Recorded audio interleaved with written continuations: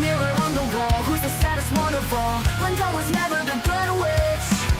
Gossiping, spreading rumors will be your downfall. She threw her into the dead ditch. Jealousy makes you lose everything, that's the cost. How about you just stay in the land of the lost? Besties with the witch of the west. Hate on us, but you're still obsessed. Getting me to be the big bad villain, babe, go get a psychoanalysis. Because I know I'm one in a million, but it's fine, I'll be your protagonist. You're talking too much, we can all hear your whispers. Calling us wicked is a little insulting. You gave them to her, but you can keep the rest with birds. Thought you were a girl's girl, but that's just disgusting. You can call me the bad witch, but I'm not the snitch. So tell me which is which? Which is which? Which is which is which?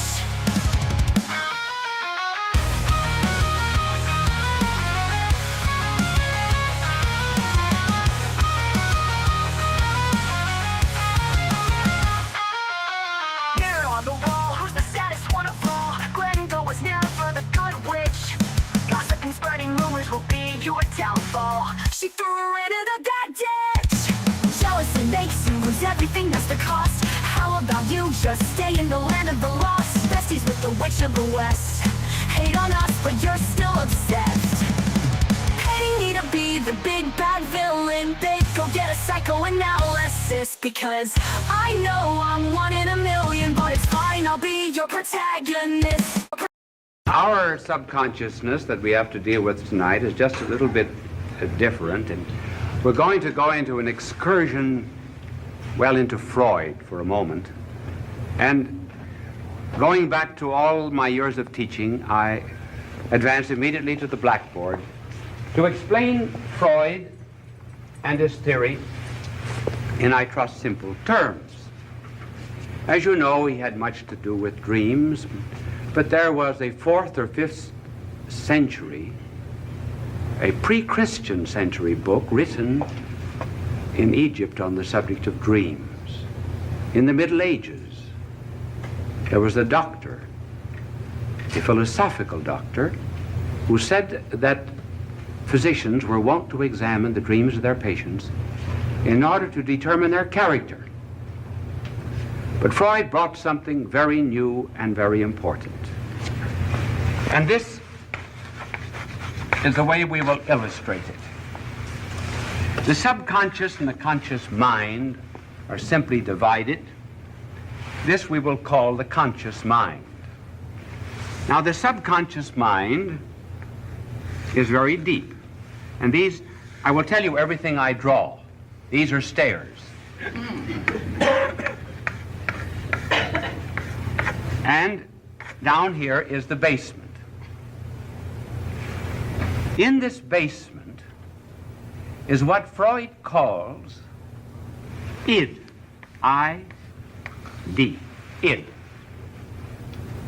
Id in Latin, use the Latin expression, means that. Just that. At the top of the stairs is a censor.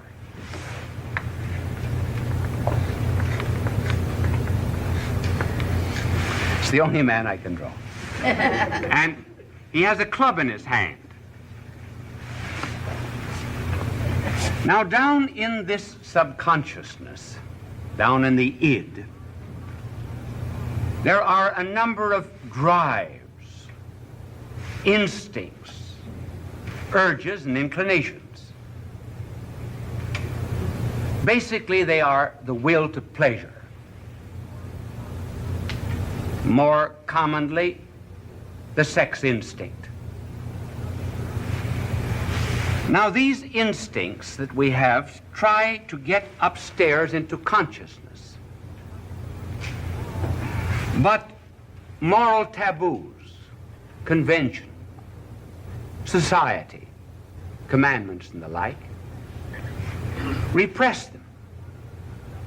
And as soon as one of them comes up, censor cracks it over the head. The result is that down here in the id are a number of our repressed thoughts. And it's very much like our own cellar. We open the cellar door and throw down old papers and junk and discarded elements.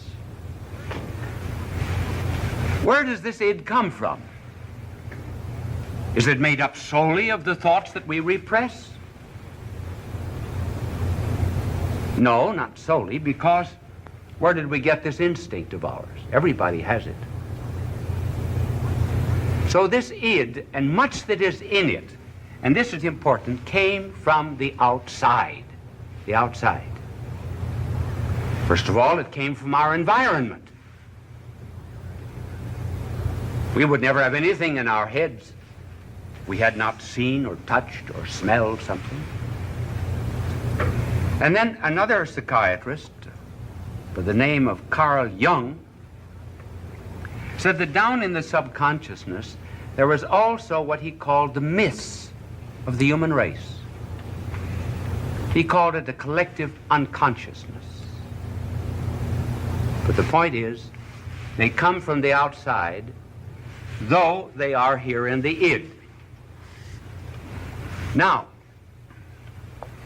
whenever we speak of the unconsciousness, we always think of it in those terms, in particularly Freudian terms, because he has popularized the idea. Haven't we anything else down there besides that? I think we have. Now let me test you. I'm going to use a word, and I'm going to give you a few seconds to allow you to develop your thoughts. The word is temptation.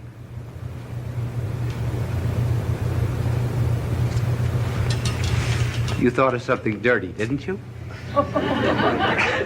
Yes, you did. You were thinking of something nasty, something you shouldn't be doing. Why? Why, as soon as we use the word temptation, do we always have to think of something wrong? Well, partly from this emphasis, partly that. Aren't we ever tempted to do anything good? Didn't you ever have an inspiration, for example, to be kinder to people? Hasn't the husband had an inspiration to be more kind, for example, to his wife? Rich man, maybe he ought to give some of his money to the poor. And another one is tempted to be more patient under trials. Then he received all kinds of inspirations to be better. For example, to be temperate, giving up excessive drinking and so forth. Isn't that true? Why does that word temptation have the monopoly of those things that, well, we say we're thrown down into the cellar part of our lives? Now, I want to suggest that in the subconsciousness there's another treasure. So, here we have exactly the same planes of the mind divided, and at the top is the censor. He's got a club, and these are the cellar stairs going down. But there's something good down here, and I have to give it another name. Now, Freud gave a Latin name to this, the id, so we're going to use a Greek name. And this thing that is down here is called, we're going to call it the pneuma. The Hebrews would have called it ruah.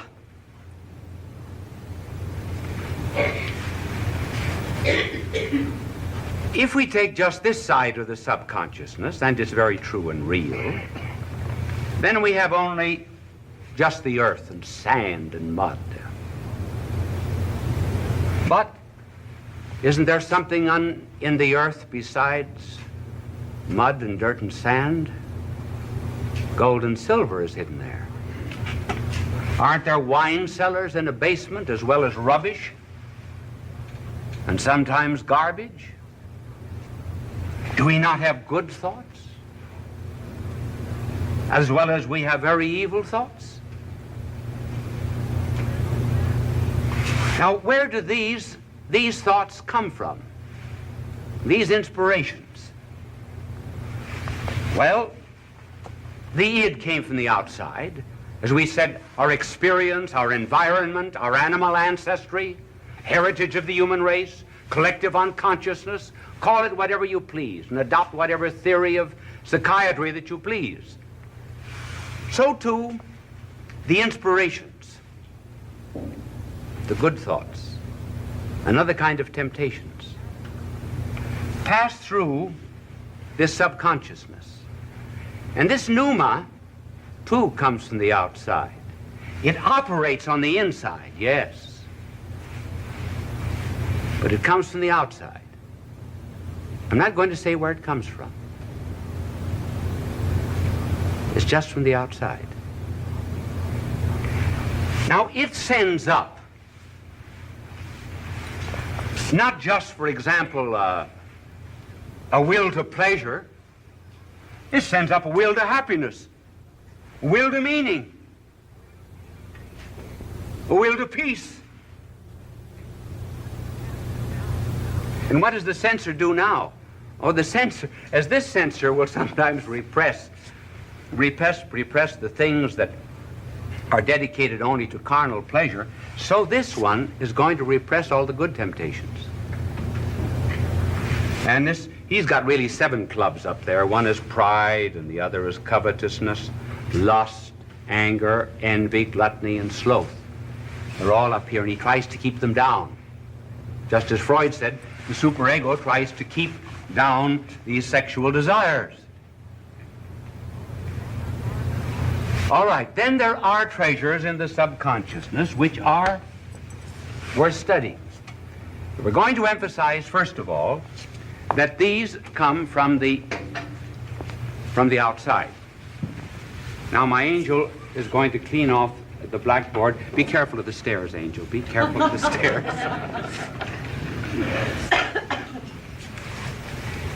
Apropos of the pneuma entering into our lives, I read just a short time ago a newspaper item of an incident in Los Angeles. It seems that this truck driver, who was on a highway traveling about 40 or 50 miles an hour, saw before him a carton box, not very large.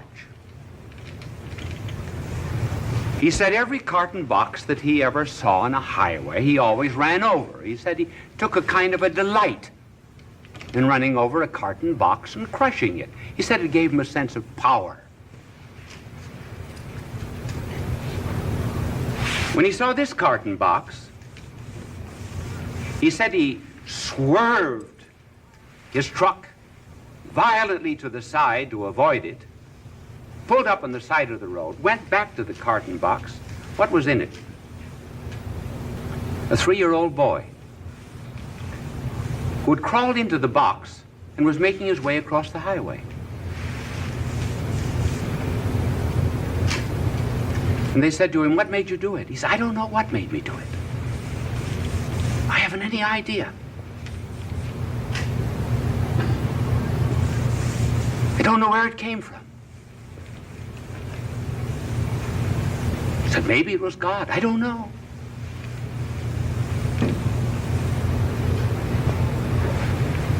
How often, for example, a soldier in battle, and we hear of many such instances where he will suddenly get out of his trench or comparative safety in a trench,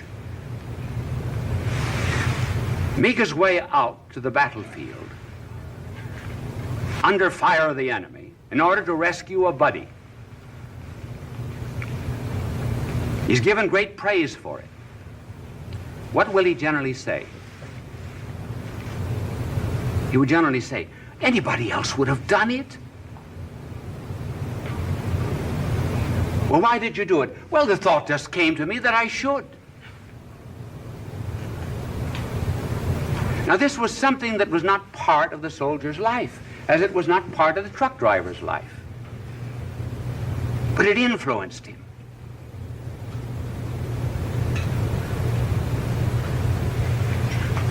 One day, I was visiting a Carmelite convent of nuns, and they are cloistered. But this particular day, it was a very rare day. They had opened the cloister to visitors. And one of the very wealthy men of the town came in to visit the sisters, and in company with many others, they went up on the roof. And from the top of this convent, they could look down over the city. There was, first of all, a gully. And then far off was a hill. And on the hill, a beautiful mansion. And one of the party of this rich man said, "Sister, just suppose that before you came here to lead this life of penance, suppose you could have lived in that home and had all the wealth, the prestige, the sociability and gaiety that goes with it. Would you have left it for this?"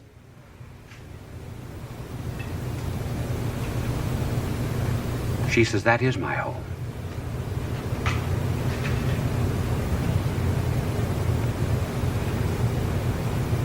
Why did you do it?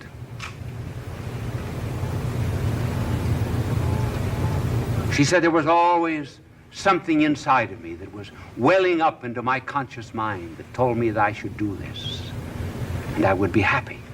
And I am happy."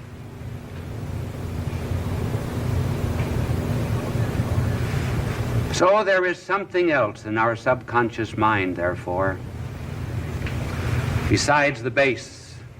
And it is a pity that we always have to think of temptations as being solicitations to the things that are wrong,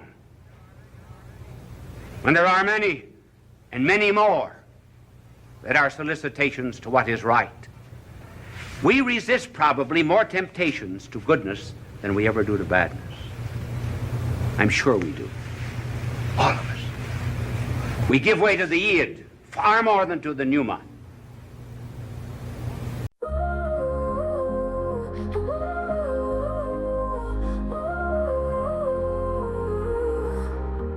Morning kiss, soft and sweet, a new day's bliss. Midnight bliss, underneath the moon, soft kiss. Hold me tight, in the dark you're my guiding light. Can't resist, in your arms everything feels right. Ah, in every touch my heart ignites anew. My love, there's no more fight. You are a star in the world, you're the brightest spark, shining bright, illuminating every darkened night. In my heart, with you loves the world go on all the night. In your embrace I take flight. Ooh.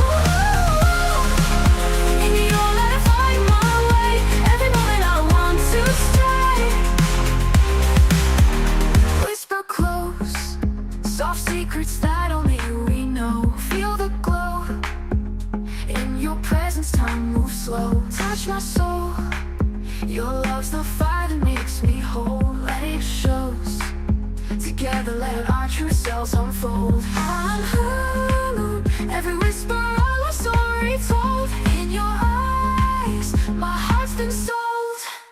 You are a star in the world, you're the brightest spark, shining bright, illuminating every darkened night. In my heart, with you loves the world go on all the night. In your embrace I take flight. Oh baby, with you every day feels right. In your love I find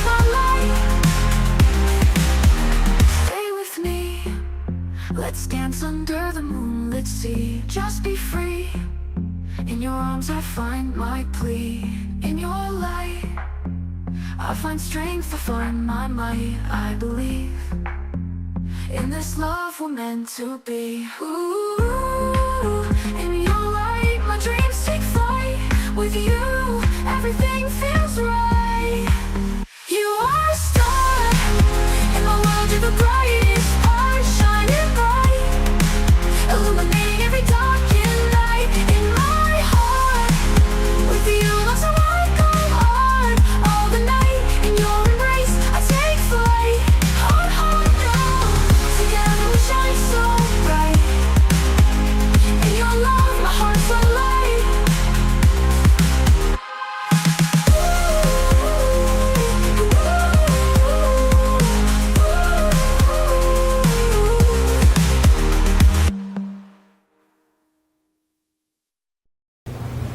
Of course, it costs something to obey the pneuma, because we generally have to surrender something.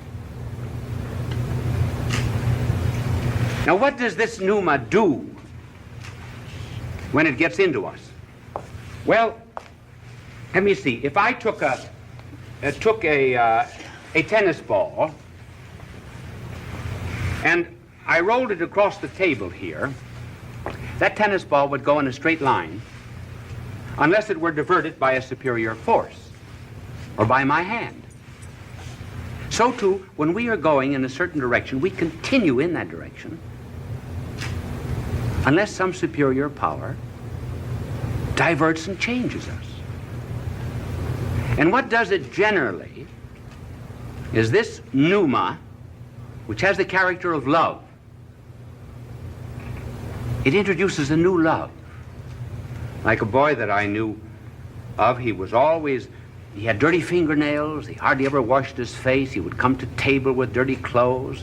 The parents begged, coaxed, pleaded, tried to bribe. Nothing would ever induce him to give up his dirty clothes and dirty habits, until one day, he went out, he didn't slam the door. He closed it gently. And the next day, he came down dressed, collar and tie, neat, fingernails clean. What had happened? He met Susie. Susie changed everything in his life. And that's something like the pneuma. And the pneuma introduces a Susie into our lives. And because it's a new love, we completely change. Now take, for example, the case of Tolstoy, the great Russian novelist. Tolstoy was at a point of committing suicide. And this is a further illustration of the idea that I have just mentioned, namely that we continue in a line of evil and despair and hopelessness and so forth, unless this power comes in from the outside. Tolstoy said, I felt that something had broken within me on which my life had always rested, that I had nothing left to hold on to, and that morally my life had stopped. And invincible force impelled me to get rid of my existence in one way or another.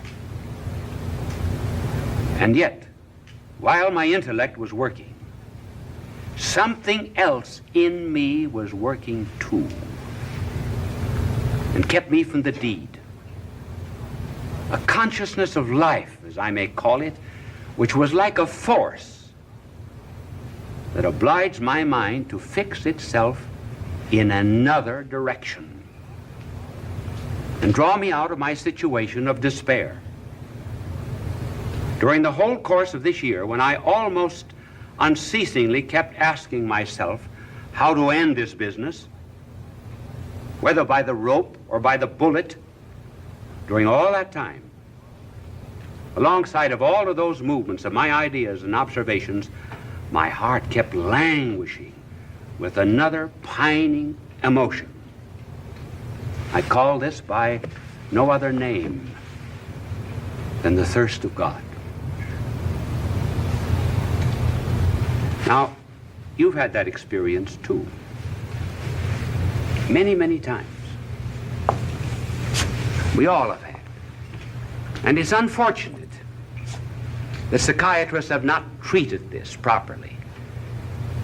The only psychiatrist that I know who has done it in a thorough fashion and integrated it well is Dr. Paul Tournier of Switzerland. He understands that the consciousness has other depths,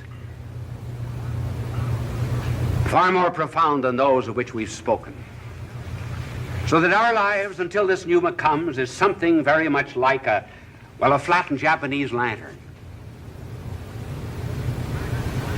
And then the lantern is opened, a candle is put into it, and immediately reveals patterns and design and harmony.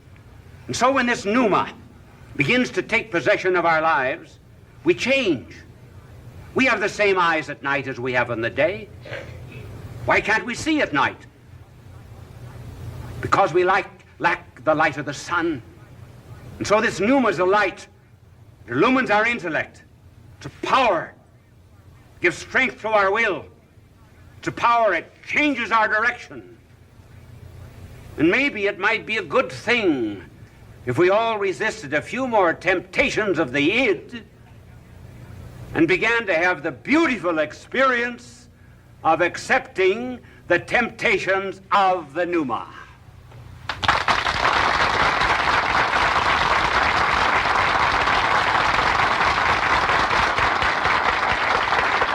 Bishop Sheen will return in a moment. Fulton J. Sheen is indeed a man for all seasons. He walked a paced beat, allowing us to glimpse his nature and ponder its worth and to enjoy its presence. Bishop Sheen authored over 90 books. He broadcast countless radio and television programs and ministered in many parts of the world to people of every belief. As he said many times, it is not a unity of religion we plead for, but a unity of religious people. We may not be able to meet in the same pew, but we can meet on our knees. I have not told you what the pneuma is, have I? I'm not going to tell you. Because you've had it all your life. I want you to think about it and find out for yourself. Bye now. Bye and God on the subject of character. And in some such outline as this. First of all, we will speak of the possibility of developing and changing a character, and secondly, the rules for developing a character, either in ourselves or others. First rule is character is in the will, not in the intellect. Secondly, as regards others, look for the best. That is to say, in others. Third rule, look for the worst in ourselves. First of all, the possibility of character. I believe every single person in the world has just a certain amount of energy, and some are much more richly endowed than others with it. If we use an example from physics, we might say that certain people, for example, have what might be called 10 ergs of energy. They have just that much. And then others have 20, and others have 50 ergs of energy. The result is that they're able to go in the direction of goodness, and they're able to go in the direction of evil, too, with much greater rapidity and energy than others. And this energy, as I say, is not the same in every human being. I think that possibly any sinner is capable of being a great saint. And any saint is also capable of being a great sinner. Now let us give an example here of how this energy works. We say, first of all, some have little energy, and they go in the direction, call this goodness. They have 10 units of energy here, and they only go in this much, either toward goodness or toward evil. Others have 20, and they go much more, either in the direction of goodness or the direction of evil. So that a person who has a great tendency toward evil can completely change and become very good, particularly with the grace of God. I believe that Lenin, who did so much to establish communism in Russia, just barely missed by a hair's breadth of becoming a St. Francis of Assisi. If he had only gone in the other direction, the direction of goodness, instead of the direction of revolution and hate, he would have been a great saint. And if St. Francis of Assisi had gone in the opposite direction, as he had gone in the direction of virtue, he would have been a Lenin. The secret, therefore, of character development is the realization of this power that there is in each and every one of us, for good and for evil. The monasteries, the religious houses, the places of asceticism throughout the world have in them actual saints, but potential devils. Any one of those persons, because they have so much character, if they ever let themselves go in the direction of pride, lust, or avarice, would become very vicious. And the penitentiaries are filled with individuals who have this great energy. And if someone could only lay hold of it and make them take the high road instead of the low, they would be our saints and our heroes and our great patriots. The point that I want to make is there's nothing wrong with passion and energy and strength, so long as it is properly channeled. Notice that our divine Lord, for example, when he wished to make a great apostle, laid hold of a bigot. Paul was one of the greatest bigots that ever lived. And only he who could ever hate like a Saul could ever love like a Paul. Our blessed Lord never extinguished, for example, the passions of a Magdalene. Only someone who was as vicious and as evil as Magdalene could ever become as virtuous as Magdalene. She has been called the 13th apostle. Her life has been such an inspiration in bringing men to goodness. Now, though some of us do not have as much energy than others, let us not forget that a person with only 10 units of natural energy can surpass a person with 100 units of natural energy if he calls upon God for an added source of energy, which God will give him on certain conditions. Then we can overcome all of the defects of our nature. And that power or energy of God is given freely, gratis. That is why it is called grace. Which brings us now to the rules for character development. One of the first rules of character training is to remember that character is in the will and not in the intellect. The intellect, or the brains, or the mind, is the seat of knowledge.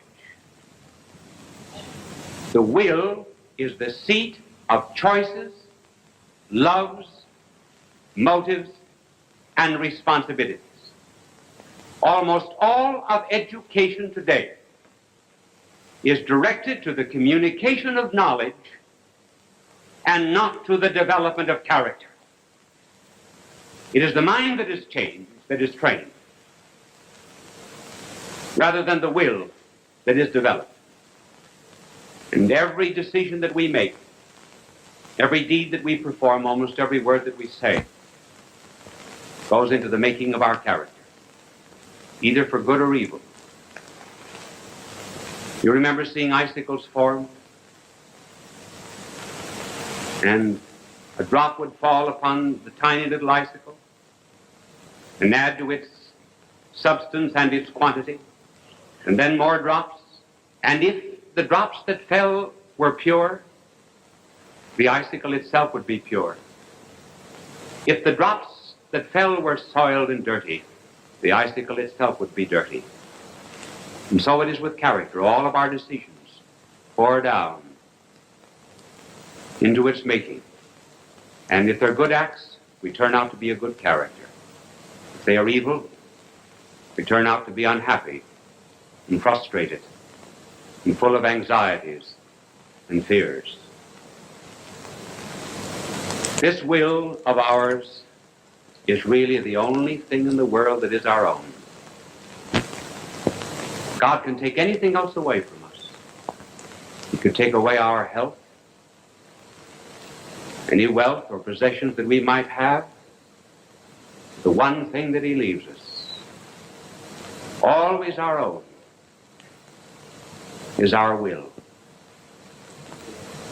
And people today really do not want their wills. They do not want their freedom. That sounds strange, but it is true. The tendency today is to shift responsibility for decisions onto something else. For example, a boy does something wrong, and they say, well, it's due to grade B milk, insufficient playgrounds, or those naughty ductless glands. Child itself is hardly ever to blame. The present tendency in the world today, actually, is to reduce all responsibility to something which is subhuman. For example, Marx says that we are what we are because of economic conditions. In other words, our free will amounts to naught. Responsibility has been nullified. The Freudian tradition, for example, would say that to a large extent we are not economically determined, but biologically determined. And then it is felt that if we can ever bring to the surface something that is hidden down here, just bring it to the surface, that we will be cured and we'll be good and normal. No, that does not follow. It does no good to analyze the constituency of the water that gets into a sinking ship. You do not explain the oak simply by analyzing the rotten acorn from which it came. The real seat of character is here in the will.